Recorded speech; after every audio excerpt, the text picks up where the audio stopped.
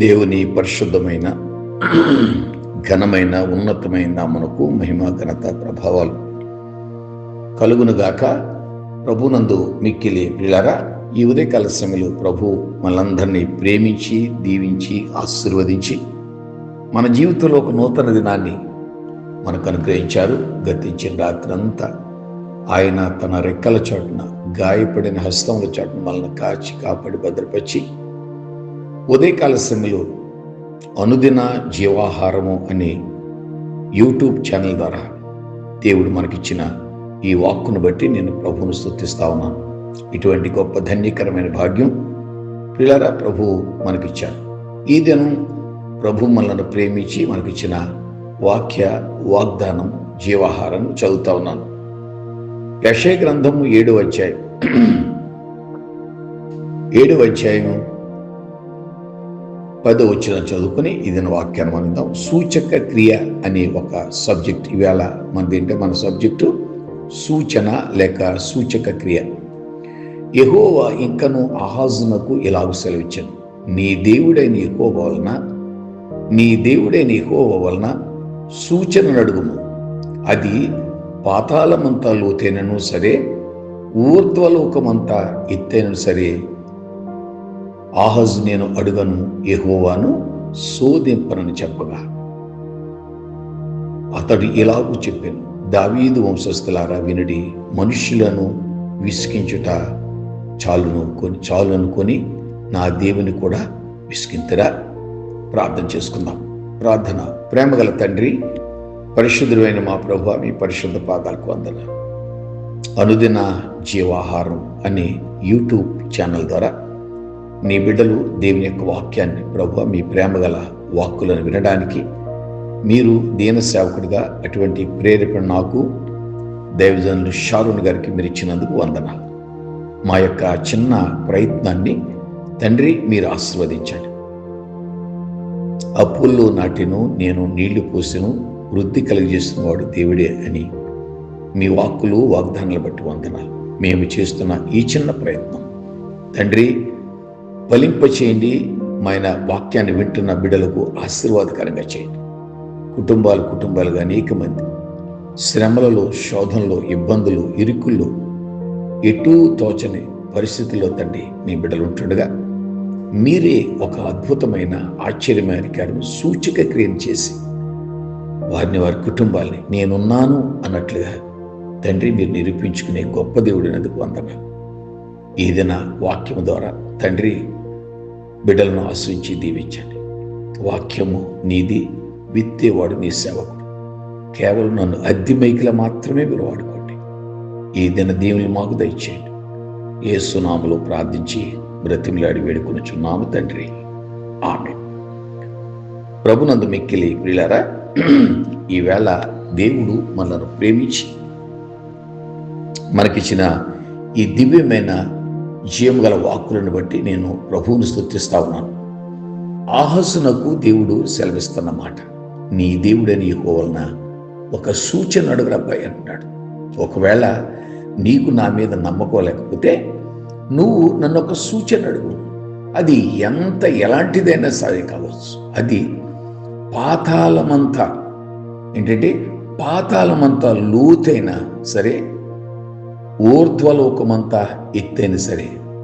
అంటే ఎంత ఒక దేవుని సేవకునకు ప్రియులారా, ఆహాజునకు దేవుడు ఇస్తున్న గొప్ప వాగ్దానం ఏంటంటే, నీవు అడిగే ఆ సూచన ఉందే, లేకుండా ఆ సూచక క్రియ అనేది ఉందే, అది ఎంతట పాతాళమంతా లోతైనా సరే కావచ్చు, ఊర్ధ్వలోకమంతా ఎత్తైనా సరే కావచ్చు. నువ్వు అడుగు, అంతే. నేను కార్యాలు చేసేవాడిని నేను.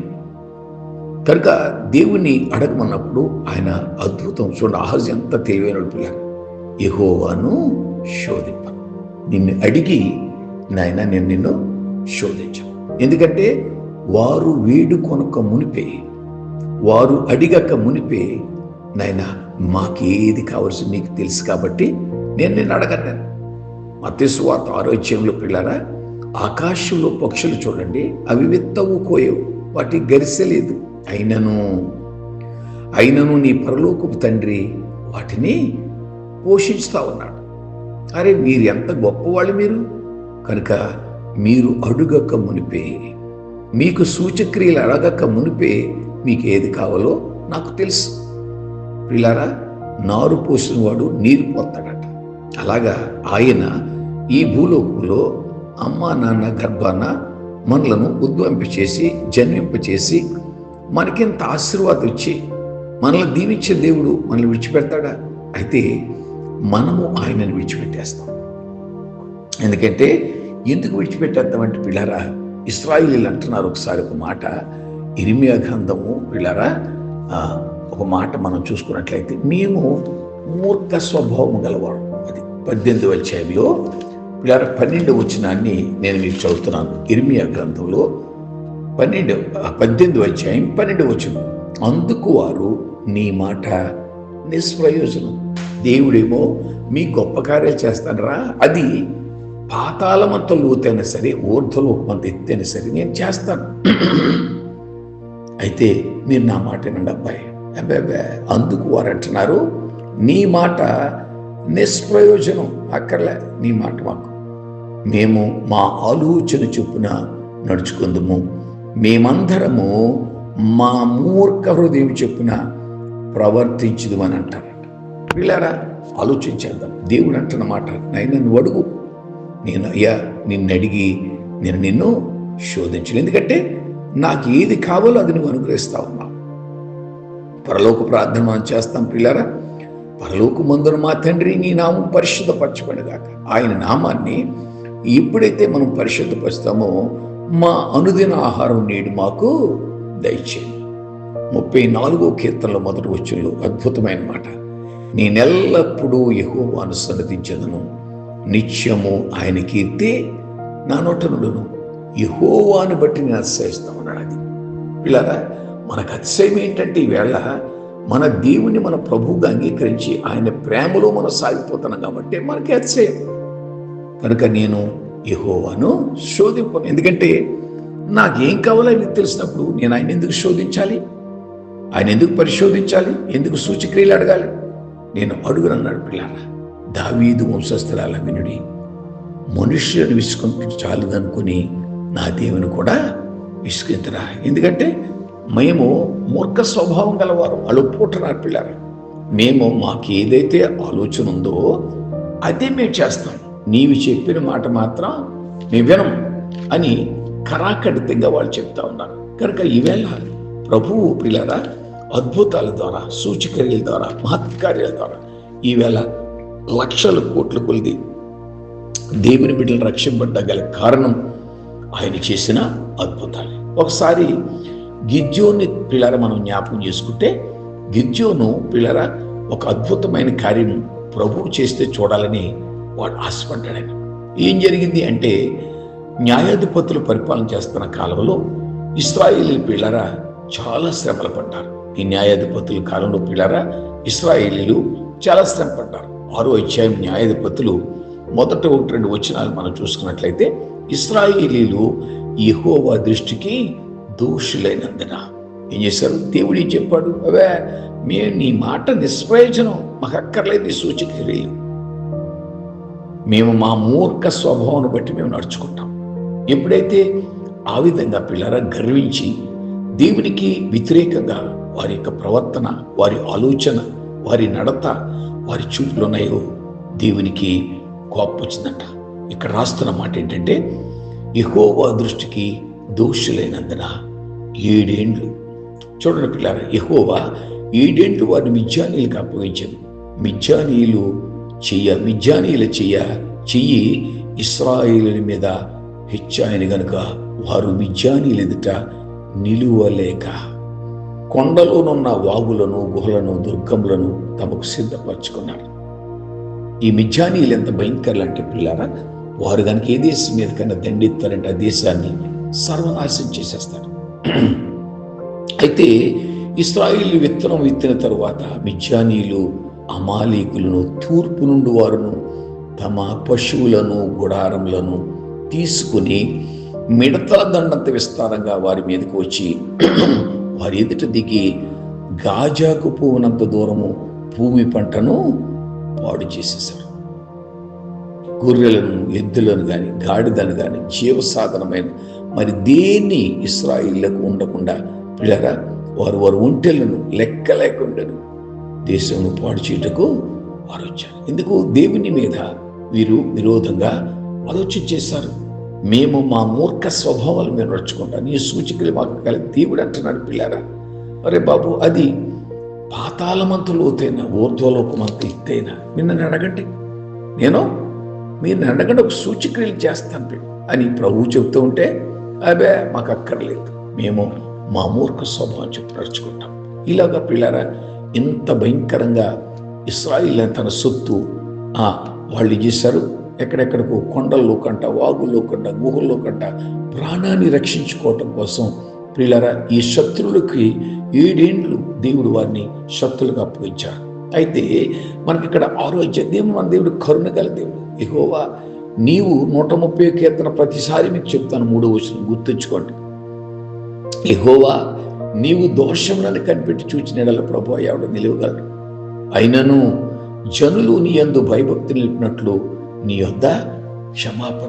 దేవుడు మన దేవుడు క్షమించే దేవుడు. పిల్ల ఈ విధంగా 7 సంవత్సరాలు ఈ మెజ్జానీయులు పిల్లరా ఇశ్రాయేల్ని ఒక్క రకంగా పాటలు పెట్టలేదు. వాళ్ళు పండించిన పంటను సర్వనాశనం చేశారు. వారు వండుకుని వంటలను నాశనం చేశారు.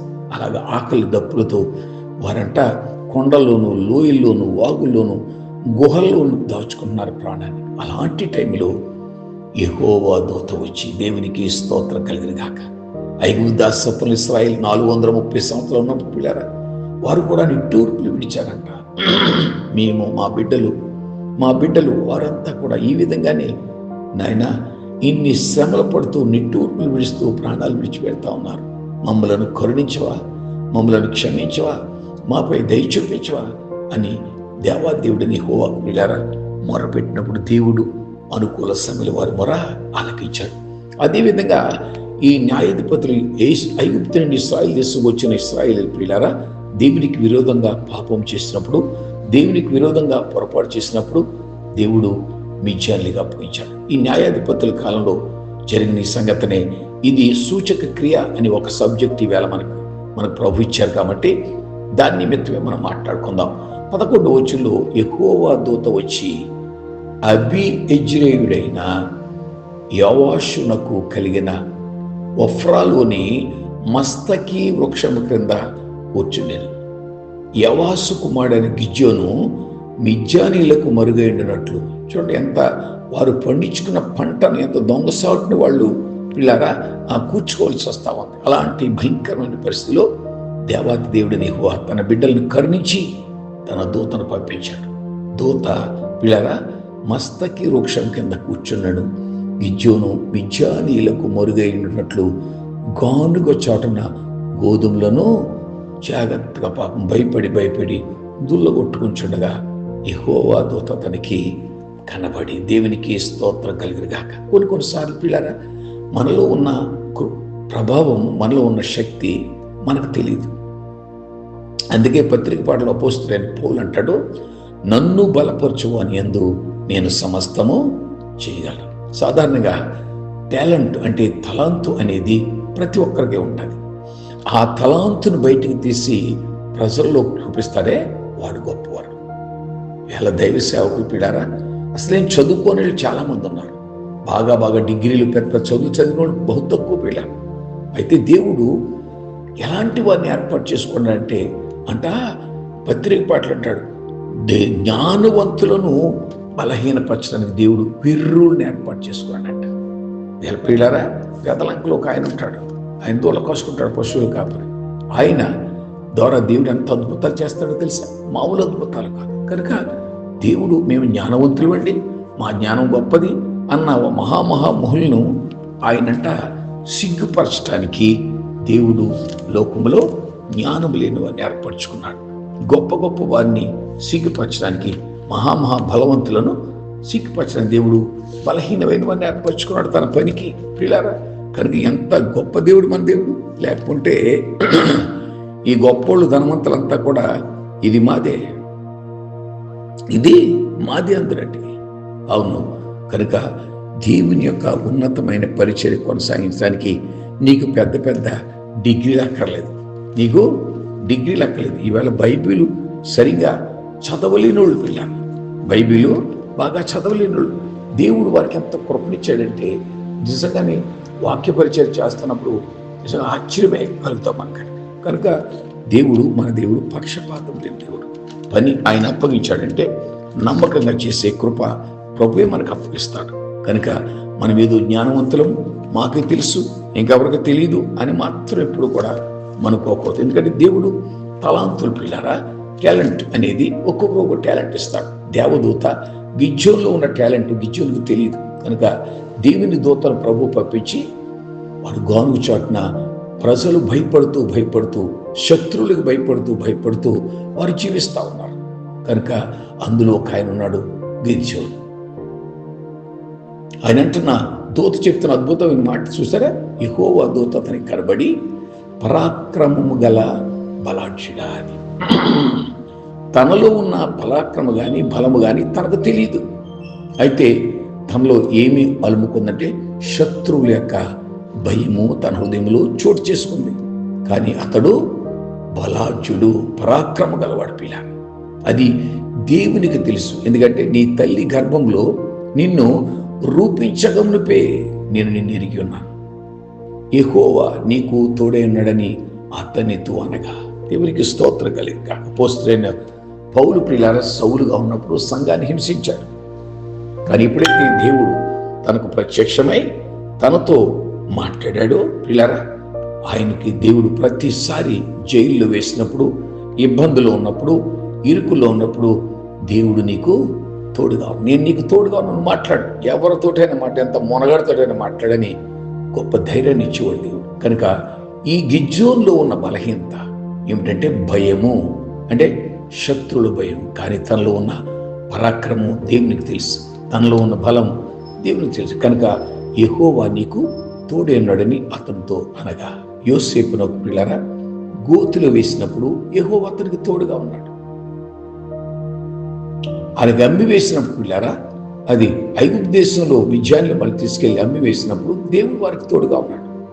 పొతీఫర్ ఇంట్లో ఎప్పుడైతే యోసేపు అడుగు పెట్టాడో దేవుడు అతనికి తోడుగా ఉన్నాడు. కాబట్టి అతడు అన్యుడైన అన్య విగ్రహాలకు ఆరాధన చేస్తున్నా తన కుమారుడైన యోసేపును బట్టి పొతీఫర్ని దేవుడు ఆశ్రయించాడు.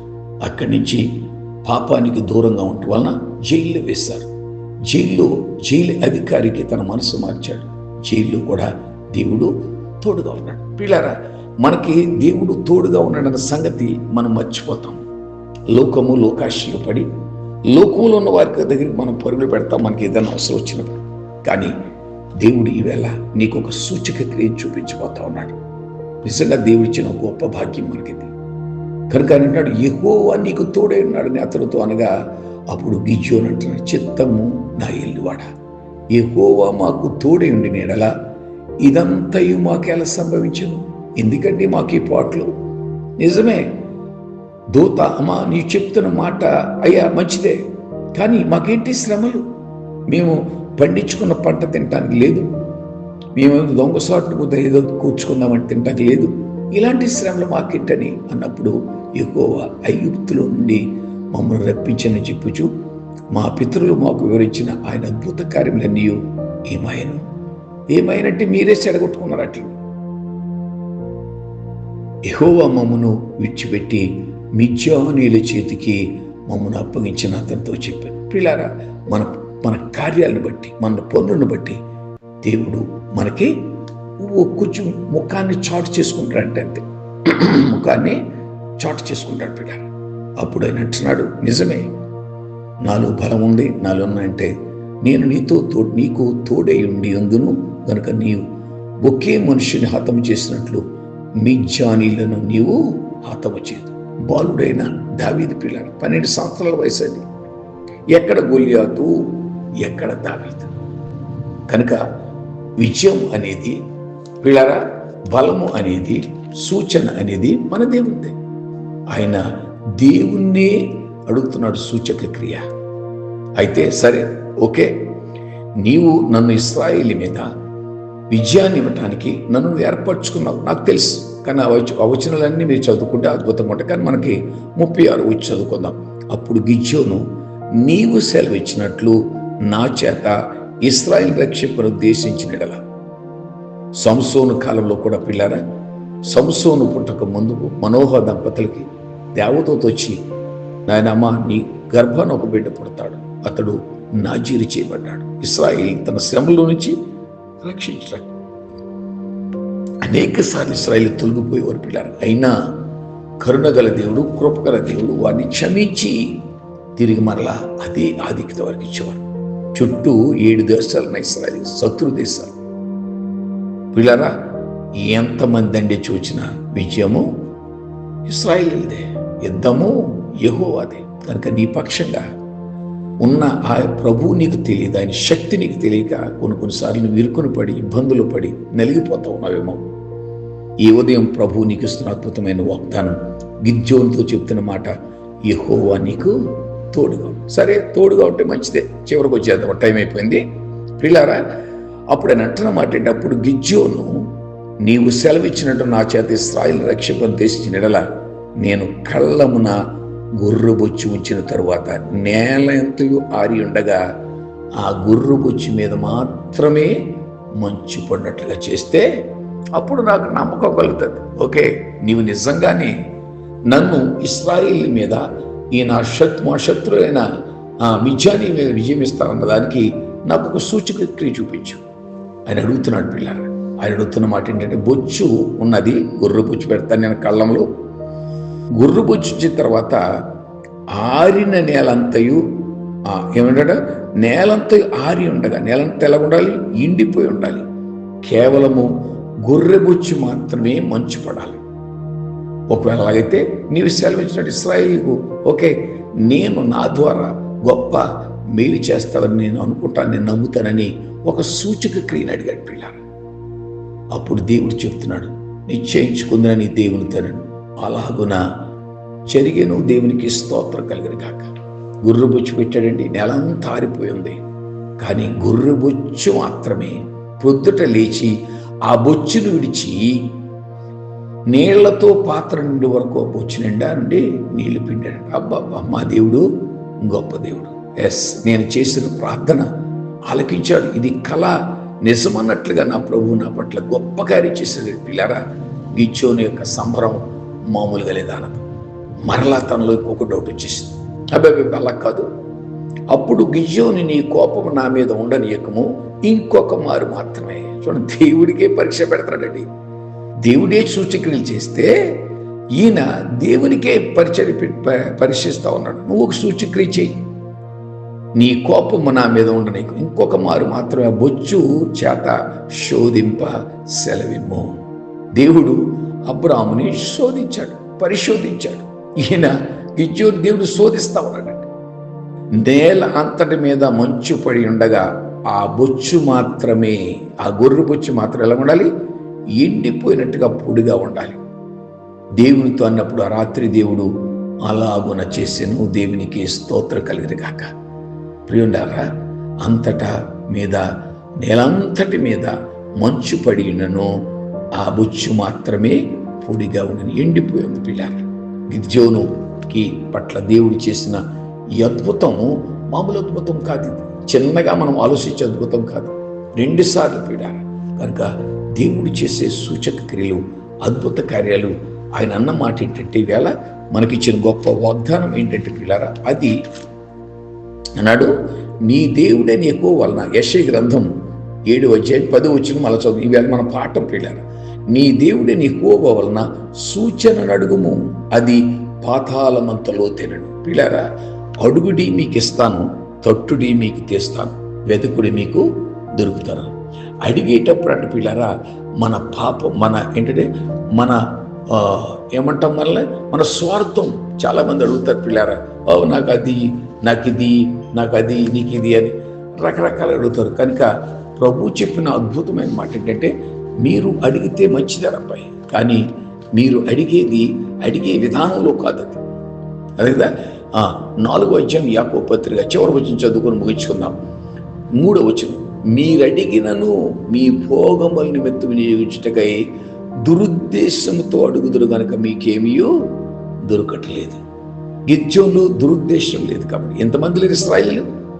ఆ రోజు దేవదూత వచ్చి గిద్యోన్ని ఎందుకని అడిగింది పిల్లలు అంటే అతనిలో ఏమి లేదు, దురుద్దేశం కానీ, అదేవిధంగా వ్యభిచారం కానీ, పాపం కానీ ఏది లేదు కాబట్టి యథార్థంగా ఉన్నాడు కాబట్టి ఆయన అడిగింది 2 రకాలుగా అడిగాడు పిల్లలు. దేవుడు సూచక్రియ, అద్భుత క్రియ చేశాడు. కనుక మనము అడిగేది ఎలా అడుగుతామంట, మీ భోగముల నిమిత్తం నీ గురించుటకై దురుద్దేశంతో అడుగుదురు కనుక మీకేమీ దొరకటలేదు. కనుక మనం అడిగేది ఎలాగ అడగాలంటే, ప్రభువా ఆ రోజు గిద్యోను పట్ల గొప్ప కార్యం చేశావు, యెషయా ప్రవక్త ద్వారా మాకు ప్రవచనాన్ని ఇచ్చావు నాయన. మా సమస్య నిజంగానే పాతాళమంత లోతైంది నాయన, మా సమస్య ఊర్ధ్వలోకమంత ఎత్తైంది నాయన. తండ్రి, నీకు అసాధ్యమైంది లేదు. మానవులుగా మాకు అసాధ్యం, కానీ నీకు అసాధ్యమైంది లేదు తండ్రి. ఒక గొప్ప కార్యం చేస్తానని చిన్న సూచక్రియ నాకు చూపించి ప్రభు అని విశ్వాసంతో, నమ్మకంతో ప్రార్థన చేసినట్టే పిల్లరా, ఆ రోజు గిద్యోనులో ఉన్న దేవుడు, ఈరోజు నీలో ఉన్న దేవుడు ఒకటే. ప్రార్థన చేసుకుందాం. ప్రేమగల తండ్రి, పరిశుద్ధుడా, నీకు వందనాలు. ఈ ఉదయకాల సమయంలో ప్రభువా, సూచన లేక సూచక క్రియ అని ఒక అద్భుతమైన సబ్జెక్ట్ ద్వారా మీరు మాతో మాట్లాడారు. అవును ప్రభువా, మేము కూడా మా ప్రార్థనలో దాన్ని మీరు ఒక సూచక్రియ చూపించండి. ఒక అద్భుత కార్యం మా కుటుంబంలో చేయండి. అది మానవులుగా మా వల్ల ఇది కాదు, కానీ నీ వల్ల ఇది. ఎందుకంటే నాయన, దాని ద్వారా నీ నామము మహిమపరచబడాలి. అనేక మంది విని ఆ సాక్ష్యం ద్వారా నీ కొరకు మారు మనసు పొంది నాయన, నీవే నిజమైన దేవుడు, నీవు తప్ప వేరొక దేవుడు లేడన్న మాట మా పట్ల, మా కుటుంబాల పట్ల, మా పేటలో, మా ఊరిలో, మా ప్రాంతంలో ఒక గొప్ప సూచక్రియ చేసి మీ నామానికి మహిమ తెచ్చుకోండి, మీ నామానికి ఘనత తెచ్చుకోండి. స్తుతి, మహిమ, ఘనత, ప్రభావాలు మీరు పొందుకోండి. యేసు నామములో ప్రార్థిస్తున్నాం తండ్రి, ఆమేన్. తండ్రి, కుమారుడు, పరిశుద్ధాత్మ త్రియేక దేవుని మీకు తోడండి గాక. ఆమేన్.